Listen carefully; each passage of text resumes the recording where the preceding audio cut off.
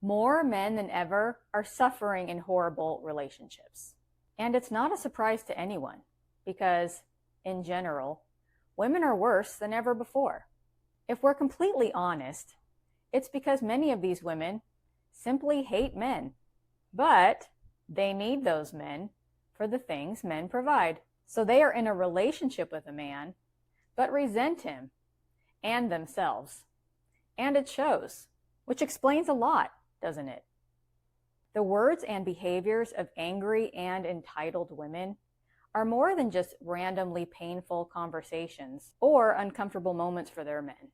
I wish it were that simple and temporary, but it isn't.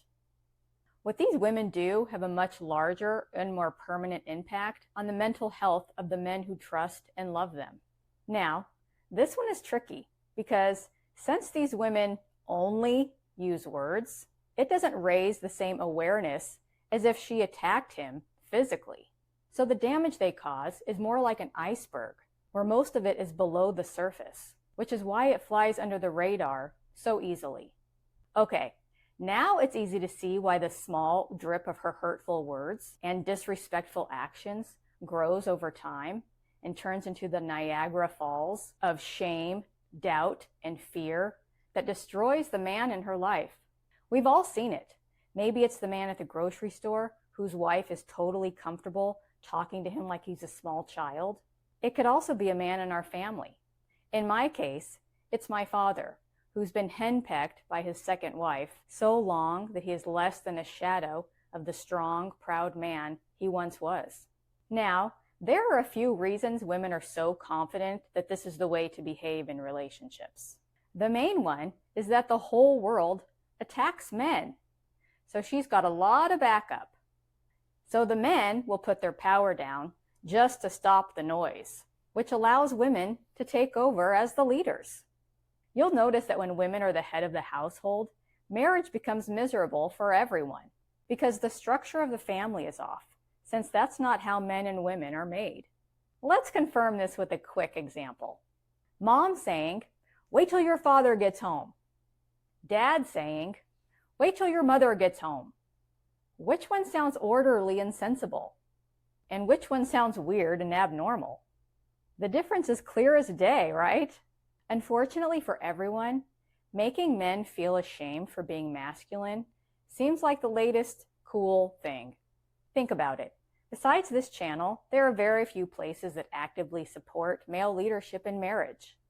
On the other hand, everything else in the world supports women being victims and underdogs who deserve to have every right, privilege, and unfair advantage they can get, whether they deserve it or not. Which is bad enough.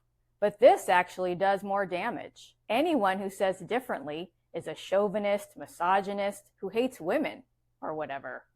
Which makes this situation even worse. As we've all seen, the two pressures on men are constant.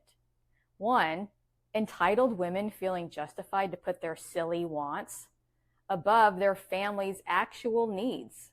While two, attacking men for standing up for being honest and strong leaders. These are the dynamics that create this unfortunate reality that we all see. This constant push and pull is the reason so many relationships are wrecked.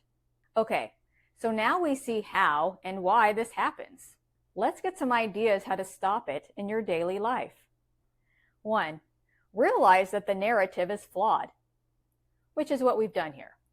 2. Decide to take your power back from the nameless, faceless they who promote that garbage. 3. Remind your wife that she married a man, and that comes with certain things, like you are designed to be the leader of your home, and why that benefits everyone. 4. Lead your home with complete honesty, courage, and intention. Thank you for being here. For more on that, check out this episode.